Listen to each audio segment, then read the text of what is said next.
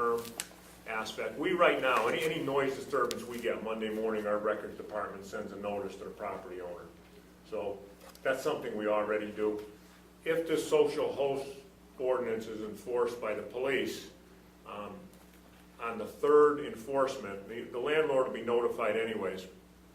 On the third enforcement, the landlord needs to be actively in the process of evicting the tenant, or else he can be liable also for the house. And as I say, we had Steve Walzak, who's the head of the Tenants Association in town, was in on this every step of the way, and he felt that was a very reasonable compromise. For the simple reason, apparently in the housing court, it is extremely hard to necessarily evict someone. So this is kind of, if you do have a good landlord, which 98% of our landlords in towns are, this kind of gives him a little leeway. He can at least get the ball rolling for eviction, and if the court's not moving fast enough, he's not getting fined at that point.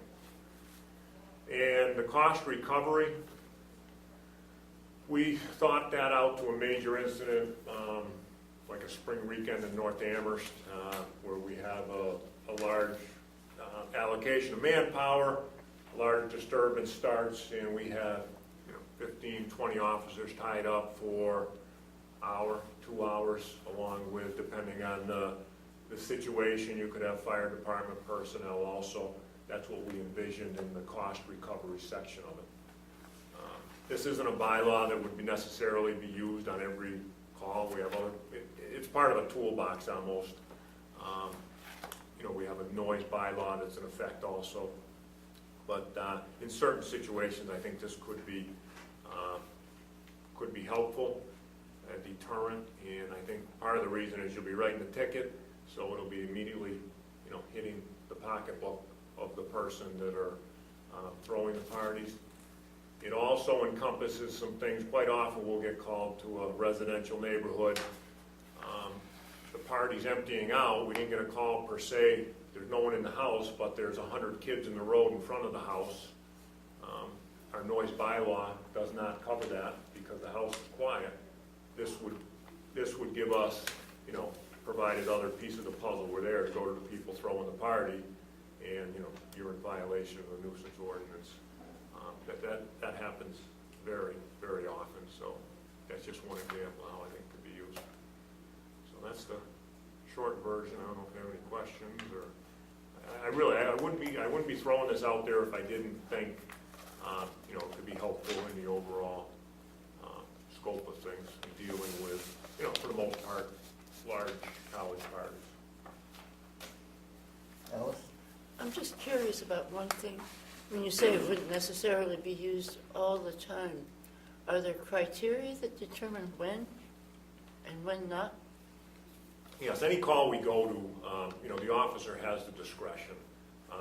There's often, the noise bylaw, for instance, we don't arrest every noise bylaw person we go to because there's different circumstances. For whatever reason, the officer may feel that, some noise complaints, you may have 4 or 5 kids sitting around watching a Monday night football game, right? They'll quiet it down.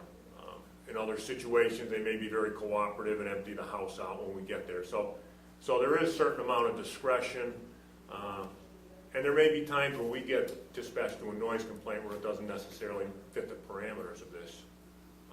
The cost recovery, I don't know if that's something that we use on, all the calls we go to. I envision that more of the major, where you've got half a dozen cops tied up for an hour, 2 hours, a major incident. Kay, did you have? I just wanted to say that so far this sounds good and looks good to me, and also that I know that you and some of the other people involved in this committee that developed this bylaw, including Steve, have been working, and some of the UMass people have been working together for years to try to solve some of the problems on especially spring and fall weekends. So I'm really pleased to see this come out of it. But I know that everybody's been working for a long time to try Yeah, it's to been an get it. ongoing, and I think people were given a letter of endorsement by the Campus Community Coalition, which, has done some good things since we've been together. And like, as I say, this, the group on this committee covered the gamut of people. I think and the one people we didn't have was the students, and we tried our hardest to get them involved, but every time we get a commitment from one, they never showed up. So we tried, we had 2 or 3 that we tried to get. You were listening to people involved, and I may have missed it. Was somebody from the district attorney's office involved or consulted? No, they've reviewed this, but they weren't in on the town council did the ultimate dot the i's and cross the t's with the version you have. So you've had been no concerns expressed by the district attorney? Okay. Any other questions from the committee? Okay. Just again, I just want to emphasize that this is some town-gown cooperation that's been going on for a long time, and I think that we might want to emphasize that at some point.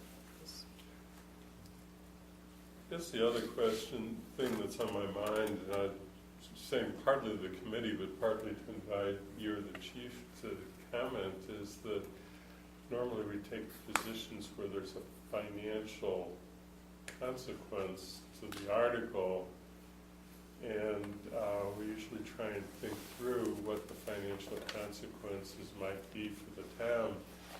Certainly, the efficiency of our police department and their ability to use their time effectively is part of it.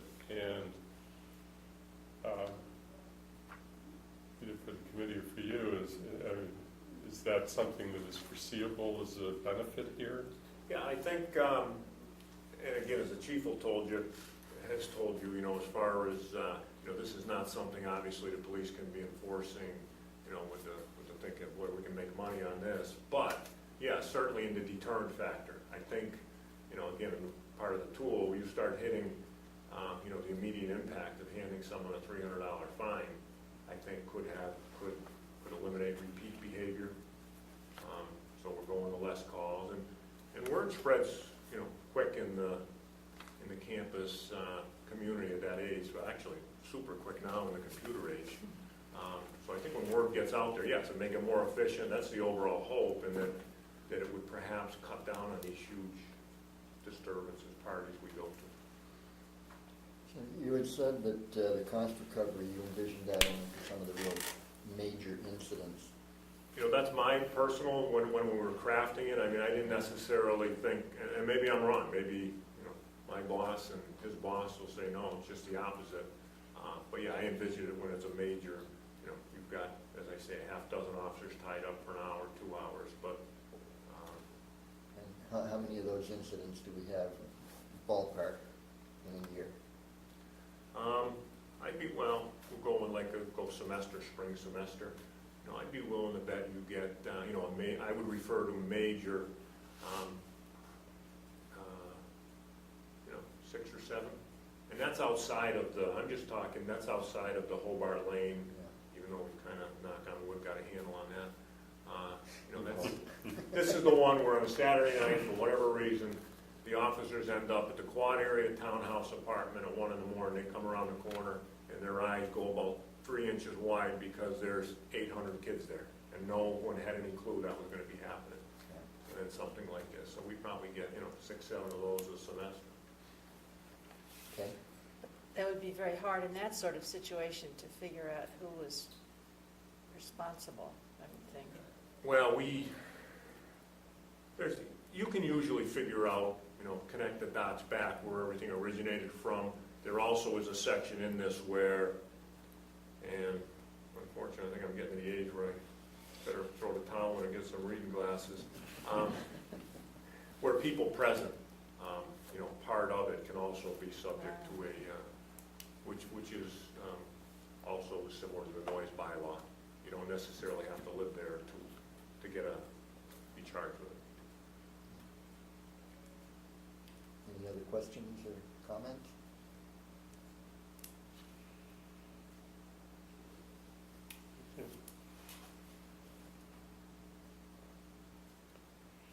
No, other than to say that it's nice to see this kind of collaborative effort amongst so many people going on, and you're working with them and achieving the result of getting us to the point where this is going to be before town meeting.